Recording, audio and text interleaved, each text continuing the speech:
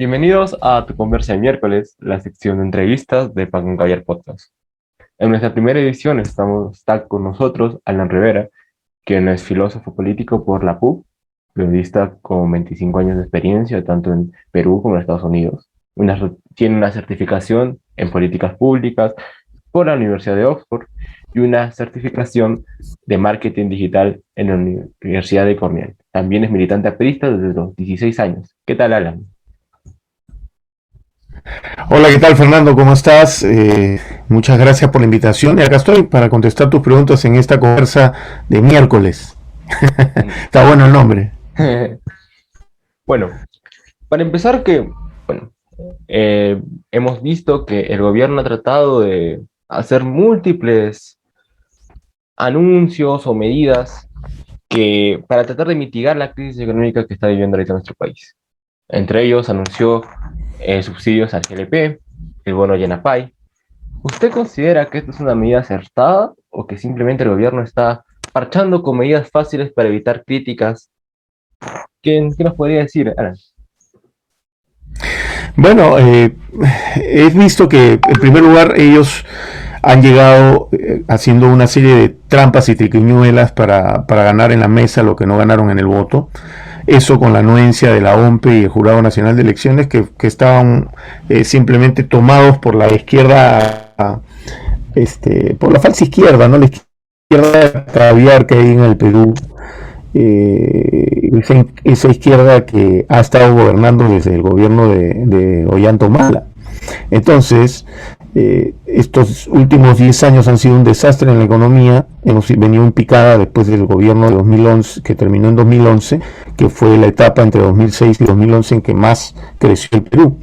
Entonces, lo que hemos tenido son gobiernos de una falsa izquierda que han ido copando todas las instancias del Estado, ¿no? Han tomado no solamente el gobierno, han infiltrado la burocracia en el Ministerio de Salud, en el Ministerio de Educación, en el Ministerio de Cultura, en el Ministerio de... Y también han tomado el magisterio, el Ministerio Público, también tienen el control del Tribunal Constitucional. Últimamente lo que hicieron fue infiltrar la OMPE y el Jurado Nacional de Elecciones, con lo cual ellos pensaron que tenían pues todo orquestado para dominar al país. Sin embargo, quienes aprovecharon esa fraudulenta infiltración del Estado que hizo esta izquierda llamada caviar,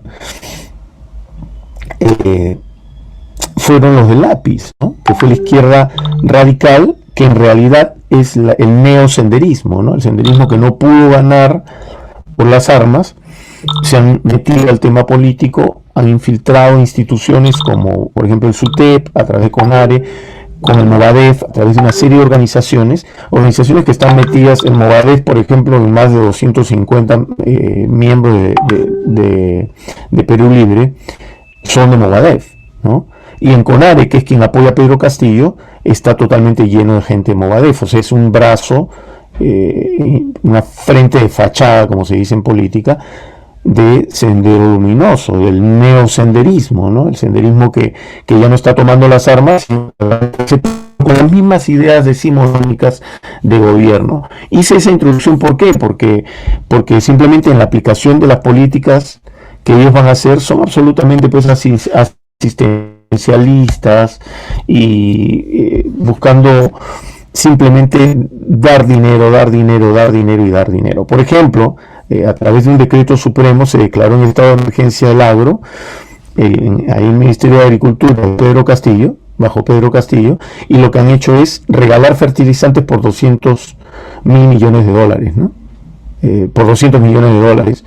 Simplemente es empezar la sangría, empezar a regalar. No es que ellos han bajado el precio, no es que ha bajado el precio del gas por oferta y demanda, como manda el mercado. El gas está bajando artificialmente porque el Estado lo está subvencionando. Y cada vez que el Estado subvenciona es dinero que sale de las arcas fiscales para retener un precio en su lugar, y entonces lo que están haciendo es simplemente gastar dinero del fisco para poder artificialmente controlar un precio, y eso no funciona así. No funciona así. Gracias. Claro, hay una falsa idea de que las cosas están mejorando bajo bonos y subsidios que realmente son falsos, son mentiras que es el gobierno. Y bueno, y justamente hablando del tema del senderismo, como todos sabemos, el sábado anterior, bueno, falleció este genocida, el Guzmán, y creo que a parecer de todos, se armó un escándalo con el tema del cuerpo entre las indecisiones del gobierno, la izquierda caviar que dijo que no estamos con el senderismo en campaña y que cuando se debió votar en el Congreso qué realmente hacer con el cuerpo de este criminal, pues simplemente se abstuvieron a votar o simplemente votaron en contra. ¿A usted qué le pareció este circo que se hizo pues con el cuerpo de Abimael y estas indecisiones de parte del gobierno?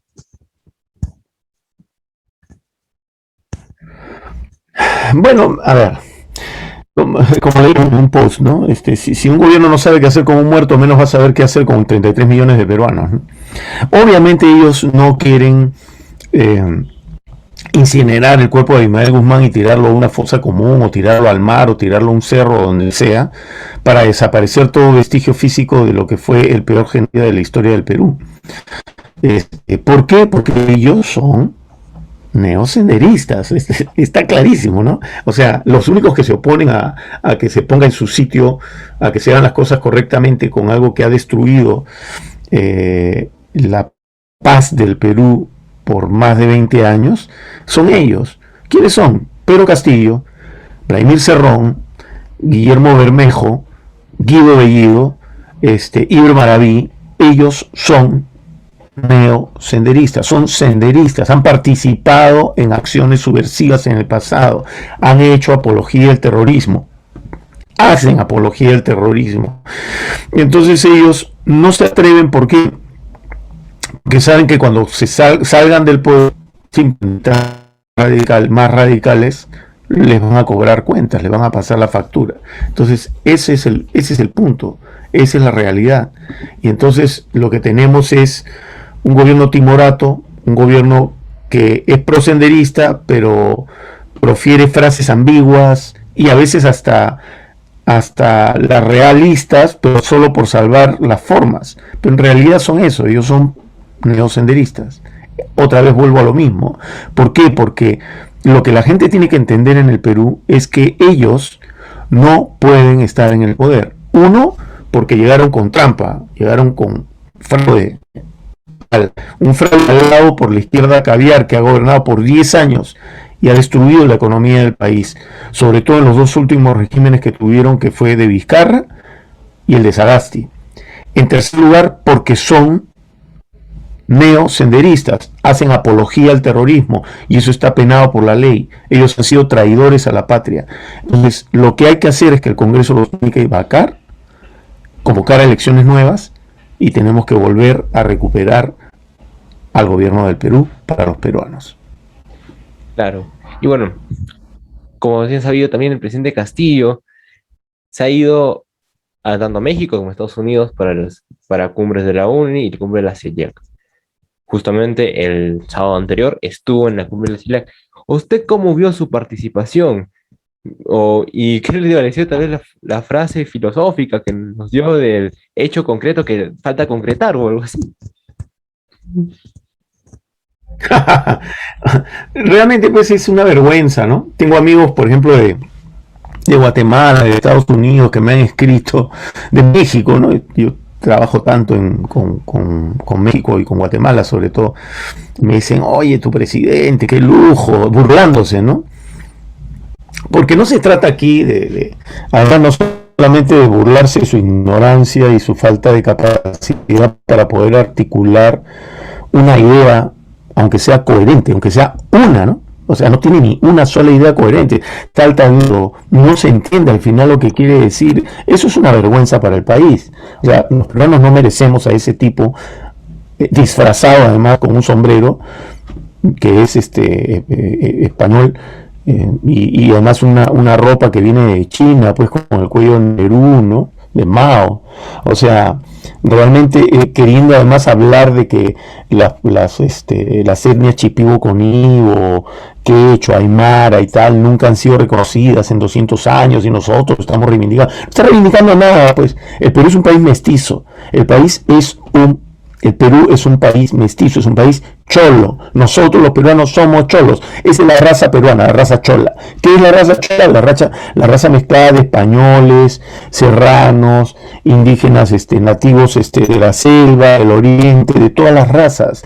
Y no solamente eso, sino también que vinieron chinos en 1850 para sacar el guano de las islas.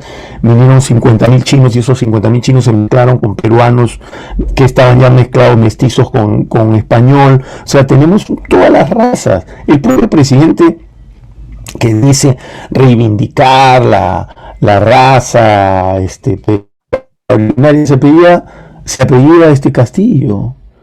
O sea, se apellida Castillo y el segundo apellido también es hispano.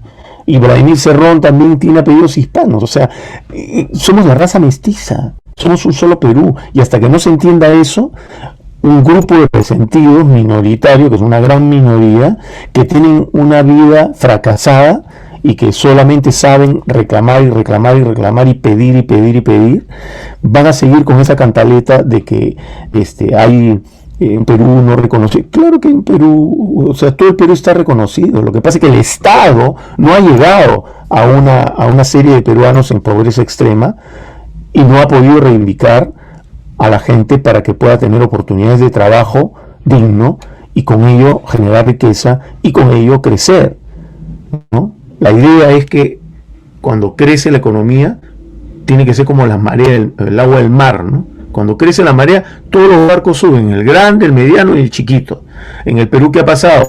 Que sube la marea y solo sube el grande, ¿no? El mediano se queda un poquito y el chico no sube nada. Eso es lo que ha pasado, pero es una cuestión de economía. Eso no tiene que ver con racismo. Nosotros somos un país mestizo, un país heredero de vencedores y vencidos.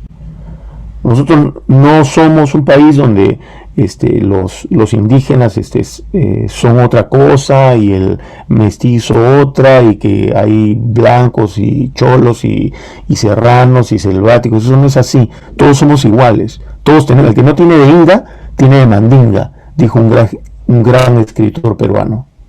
Claro, sí, y eso es algo que se vio mucho en campaña, ¿no? Que bueno, como Perú Libre no pudo convencer con propuestas, ya que no tenía propuestas, más bien jugaba el juego populismo, quiso hacerlo con el juego de fragmentar a la población, ¿no? Que Lima tal, que los criollos, que los blancos, tratando de fragmentar un país que, como usted mismo ha dicho, es un país mestizo desde hace mucho tiempo. Y es lamentable ver que un presidente de todos los peruanos esté jugando a este juego. Y bueno, también hemos visto en el Congreso que la oposición, al menos a mi parecer, y creo que de gran parte de la población, no está dejando un buen presagio o algo o está dando la impresión de hacer una buena labor, ya que muchas veces está fragmentando, o que grupo político que con tal no se quieren unir por tal cosa, que hay juego de traiciones, de que uno se va por aquí, que hay transfugismo. ¿Usted cómo calificaría el papel de la oposición en estos medios que están? Bueno, si te refieres a la oposición del Congreso, creo que es tibia aún y que debería entender su rol histórico a favor del país, es vacar a Sendero, que es el hombre ese del sombrero, ¿no? Eso es lo que tiene que hacer el Congreso. Esa es su labor histórica, y los congresistas tienen que entender que su periodo va a ser pues corto, menos de un año. Así es la vida, así es la política. Hasta que no entendamos en Perú, los que hacemos política, que uno no puede vivir de la política, sino que uno entrega su vida por amor al prójimo, a la política, para llegar al bien común. Entonces no podemos tener una clase política decente que la gente respete y quiera. Es esencial para cualquier, me estoy adelantando de tema, para cualquier político, querer a su pueblo, amarlo. No se puede hacer política y nada más al prójimo, porque en realidad tú estás ahí para el servicio público, para servir. No se sirven progresistas que tener un sueldo con un alto sueldo, ¿no? Es un sueldo que ya, uno se pone a pensar si será más alto que la mayoría de peruanos, pero en realidad no es un gran sueldo. Es transitorio, uno no pretender vivir de la política. Ellos tienen que entender que su papel histórico es vacar a Castillo, sacar a este gobierno y convocar a nuevas elecciones. Entonces el papel de la oposición, si es ese, sería muy bueno, pero si no, serían cómplices de lo que está ocurriendo en el Perú. Un desastre y un secuestro del Perú a manos de Sendero Luminoso. Claro. Y así breve, una frase o en una palabra, ¿cómo calificaría al gobierno de Perú Libre en estos 2 meses que está gobernando? Un desastre. Un desastre, no saben lo que hacen, no tienen la más mínima idea de lo que se tiene que hacer. Se pasan dando frases estúpidas y repetitivas como el pueblo es el que decide, nosotros estamos aquí para reivindicar al pueblo, porque el pueblo es quien orienta nuestras ideas. Es decir, dicen el pueblo, el pueblo, el pueblo, y no saben qué cosa hacer. Y lo que están haciendo es simplemente repetir ciertas medidas de carácter paternalista y estatista y colectivista, en el cual simplemente sacan dinero de la caja fiscal, del erario público, de los impuestos de los peruanos, todo lo que hemos podido generar, producir y ahorrar en 30 años, para simplemente repartir a manos llenas como si fueran los grandes, los bondadosos que regalan dinero, ¿no? Lo que están haciendo es tirar la plata nada más y generar inflación. Los precios van a seguir subiendo, obviamente hay más dinero en el Estado que no tiene respaldo en trabajo, en producción. Okay. Ellos no tienen idea de lo que están haciendo porque no saben nada de lo que es políticas públicas. Lo que el Perú necesita es lo que el APRA debe plantear o proponer del siglo XXI, que es un Estado antiimperialista dividido en dos partes: el Estado inteligente y el Estado estratega. ¿Qué significa Estado antiimperialista? Como cabeza de manejo del país, que nosotros tenemos que defender los intereses del país y de los peruanos frente a intereses foráneos como China, por ejemplo, o empresas que vienen de otros países poderosos, se pueden aglomerar en grandes empresas de muchos capitales, corrompen a los gobiernos para que las políticas del país estén a esos capitales. No, nosotros necesitamos un Estado que defienda los intereses de los... Y ese Estado, para comenzar y poder defender los intereses internos, tiene que ser un Estado inteligente. Es decir, hay que reducir la burocracia y hacerla eficiente para favorecer la producción, la generación de empleo, la generación de riqueza. ¿Eso cómo se hace? A través de un Estado estratega que diseñe políticas públicas pensando en las potencialidades de nuestra economía y haciéndola crecer en el futuro. Por ejemplo, el Perú es un país minero y es un país agrícola. ¿Qué hay que hacer? En el sector minero, que es la principal fuente de ingresos del erario público del país, hay que hacer que la minería no sea una minería de exportación primaria, tiene que ser una minería de exportación de productos terminados, de productos desarrollados, de una industria media por lo menos. En lugar de exportar el cobre, por ejemplo, en un estado natural, casi natural, lo que tenemos que buscar es exportar alambre de cobre, ciertos productos hechos con cobre. Entonces eso añade valor a nuestras materias primas. No podemos tener un modelo primario exportador. De la misma manera, en la agricultura tenemos que crecer en la agroindustria. Se creció bastante en las últimas décadas, sobre todo en el gobierno del APRA. En el segundo gobierno del APRA sí se creció, pero eso tiene que continuar, tiene que estimularse la exportación. Por ejemplo, se exporta espárragos, ¿no? Se exportan avocados o paltas, ¿no? Se exportan productos que se pueden hacer en una elaboración mucho más sofisticada para generar valor. Porque en realidad, Fernando, la única manera de generar riqueza es imprimiendo trabajo a algo. O sea, las cosas que están en los árboles no tienen ningún valor hasta que viene alguien y las baja del árbol. Una palta no vale nada si no la sacas del árbol, la limpias, le pones una etiqueta, la metes a una caja y la exportas. Entonces, esa es la manera como tenemos que trabajar. En el sector pesquero igual, pero tenemos que ir creciendo en la industrialización. Perú todavía tiene un nivel de exportaciones muy primarias. Necesitamos crecer ahí. Y por otro lado, necesitamos que nuestra industria y que nuestros empresarios empiecen a crecer también en el mercado interno con miras a la exportación. ¿Cuál fue la diferencia entre América Latina y el sudeste asiático en la década de los 70 y 80? Que el sudeste asiático adoptó un modelo abierto, exportador y globalista, mientras que América Latina adoptó un modelo de sustitución de importaciones. ¿Qué quiere decir eso? Las cosas que importamos tenemos que sustituirlas con productos nacionales para no necesitar esas exportaciones y nosotros producir nuestra propia, lo que nosotros necesitamos. Lo que estás haciendo con eso es cerrar la economía, pues por eso es que no habían diversas marcas de vehículos, por eso es que no habían diversas marcas de productos y la gente no optaba. Lo que estás haciendo es achicar la economía, circunscribirla a un círculo muy pequeño.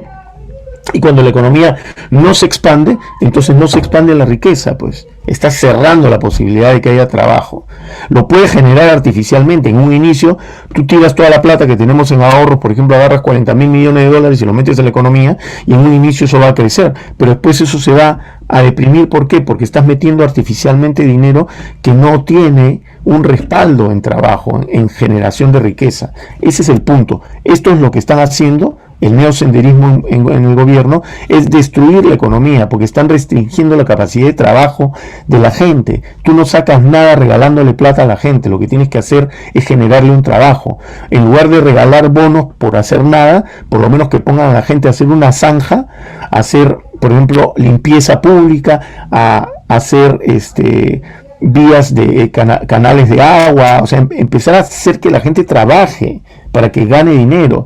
Y una vez que la gente genera dinero, gasta en el mercado. Ese es el punto. O por lo menos si vas a hacer una inversión pública, que no sea regalando la plata. Hagamos un gran plan de vivienda, por ejemplo. Vamos a generar, 200.000 departamentos a través de ciudades de regiones para descentralizar, ¿no? Y entonces haces una inversión pública. Igual vamos a hacer hospitales, vamos a hacer 60 hospitales como el hospital del empleado, por ejemplo, como el Rebagliati, ok, o vamos a hacer, ¿qué te digo? 30 de esos hospitales, 80 de la mitad de la dimensión del Rebagliati. Eso pues va a dar trabajo inmediatamente a 250.000 peruanos. ¿Te das cuenta? Pero tú no estás regalando la plata. Estos no tienen noción de lo que están haciendo. Ese es el problema. Claro, y usted habla de un tema muy importante. Bueno, por ejemplo, yo vengo de una región que ha crecido mucho con el tema de la minería, pero en los últimos 10 años, con el proyecto Tía María, por ejemplo, en vez del gobierno promover una minería sostenible, porque todos sabemos que la minería siempre tiene un costo ambiental, debido pues, al tema de los relaves, etc. Pero en vez de promover una minería sostenible, pues promueve las marchas, promueve la desinformación del mismo pueblo, en este caso el pueblo de Tambo. Y esto pasa también, por ejemplo, en regiones como Cajamarca, y después son las mismas regiones que después se están quejando por el tema del canon que ayuda a crecer el esto, obviamente con la buena gestión pública que hagan sus gobiernos regionales. Usted ha hablado sobre que usted ha sido un militante priista. Como bien sabido, el día lunes el APRA cumplió 91 años de historia. 91 años de historia que lo está viviendo ahorita en la crisis institucional por la pérdida de inscripción. Como usted, en su rol de militante aprista, ¿cómo podría reafirmar la vigencia de este partido? Lo que hemos hecho nosotros el día lunes, como celebración y homenaje a los 91 años de fundación del Partido Aprista Perú, ¿no?, es presentar un libro que hemos escrito entre 11 compañeros. Son Salinas, Ríos, Javier Barreda, lamentablemente fallecido, hemos incluido un ensayo de Javier Barreda, el compañero Javier Morán, sociólogo, Jorge Martínez, abogado, y especialista en temas de economía, Jorge Villasán, que fue ministro de Trabajo durante el segundo gobierno del APRA, Luciano Ponce, también abogado, Mónica Yaya, que también es jurista, Renan Núñez, también abogado, y Renzo Ibáñez, politólogo, y quien les habla, ¿no? Este libro ha sido prologado por Hugo García Sabatechi, que es a la sazón el intelectual más prestigioso y de mayor nivel realmente vivo en el APRA. Este libro se llama ¿Qué es el aprismo en el siglo XXI? 11 ensayos para el debate. Ese es nuestro homenaje al aprismo, pero además al APRA, y sobre todo para estimular un debate interno que debe ser el punto de partida de la recuperación del APRA. Nosotros tenemos que reconocer que el Partido Aprista Peruano está en escombros, y la única forma de lograr que recupere su vigencia, se reinstitucionalice y que vuelva a ser alternativa país, es rescatando al partido de su situación actual, reestructurándolo, es decir, convirtiendo la situación en una organización realmente, que esto no sea un discurso, sino renovándolo, los interlocutores, y relanzándolo del país con una nueva programática, es decir, un nuevo país de lo que nosotros queremos hacer en el gobierno. He tenido un avance en una de las preguntas que me hiciste, y te hablé de que nosotros propugnamos un Estado antiimperialista que se divide en dos ramas: un Estado inteligente, que es un Estado prácticamente eficiente, y un Estado estratégico, que es un Estado que planifica el crecimiento de la economía y que genera riqueza, genera empleo. No el Estado, sino a través del impulso y del capital privado. Entonces, esa es nuestra propuesta, ese es nuestro homenaje, y sinceramente está renaciendo un nuevo liderazgo en el APRA, y estamos en un proceso de transformación que va a culminar en un APRA vigente, moderno y de propuesta al país, con nuevos líderes. Y los nuevos líderes se empiezan a ver poco. Es un proceso que va a lograr finalmente, en una sola palabra, renovar al Partido Aprista Peruano. ¿Qué es lo que el Perú quiere del APRA? El Perú quiere un APRA que tenga una propuesta. El APRA es un partido de izquierda democrática, es decir, nosotros propugnamos el crecimiento, el favor hacia lo que llamamos el Frente Único de Clases. ¿Cuál es el Frente Único de Clases? Es un frente que incluye a toda la clase productiva del Perú, a todas las clases, todas las razas y todos los grupos que hay en el Perú, y favorecemos a través y ahora agricultores y trabajadores del campo y la ciudad, que incluye intelectuales, que incluye emprendedores sobre todo, ¿no? Perú es un país donde hay pues más de 8 millones de emprendedores, para decir una cifra redonda y gruesa, ¿no? Donde hay una gran cantidad de emprendedores por necesidad, debido a que la economía está deprimida y no genera trabajo, y mucha gente tiene que generarse su propio trabajo, pero hay emprendedores por espíritu de lucro que están muy bien, que tienen que hacer nuevas empresas y crecer. Y por otro lado están el emprendedurismo a nivel de la agricultura. Entonces tenemos que generar con esos emprendedores un crecimiento del país, y nosotros lo que proponemos, y por eso somos un partido de izquierda, es el favor y la preferencia por ese frente único, donde están clases medias, clases y clases bajas, están pequeñas, pequeñas y medianas empresas, ¿no? Es lo que nosotros queremos, hacer crecer al Perú en una economía social de mercado que permita la justicia social de paz con libertad. Ese es el aprismo moderno, ese es el aprismo nuevo que plantea un Estado estratega, que plantea un Estado inteligente, que plantea inversión pública para el crecimiento del país, inversión pública productiva que genere trabajo para las empresas micro, pequeñas y medianas, ¿no? Y que no sea un subsidiario de grupos de poder como los atados a Odebrecht, que siempre han sido los que han manejado el país, con ligeras excepciones, con micro excepciones de años muy cortos en los cuales se ha buscado el crecimiento de todo. Y quiero reivindicar a nuestro gobierno 2006-2011, porque fue el gobierno en el que más se creció, y no solamente creció la economía, sino que creció el trabajo y se redujo la pobreza extrema. 5 millones de peruanos dejaron de ser pobres. Se redujo los niveles de anemia en el Perú.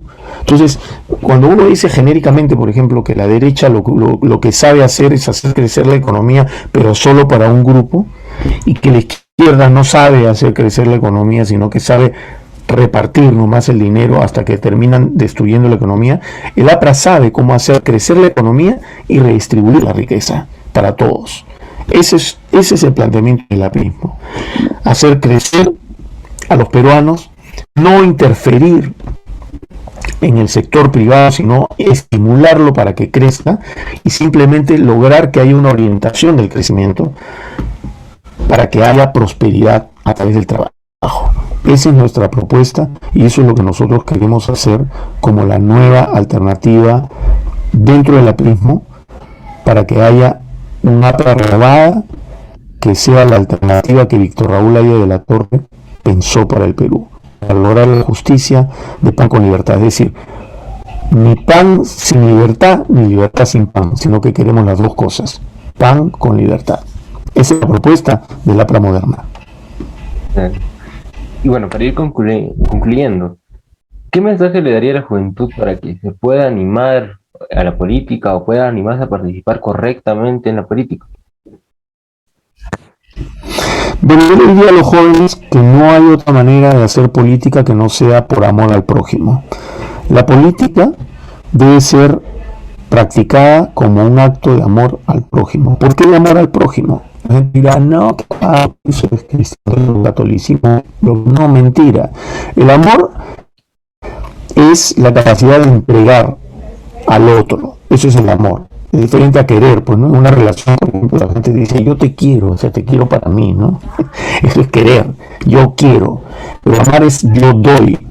Entonces, el amor al prójimo es luchar por el bien común.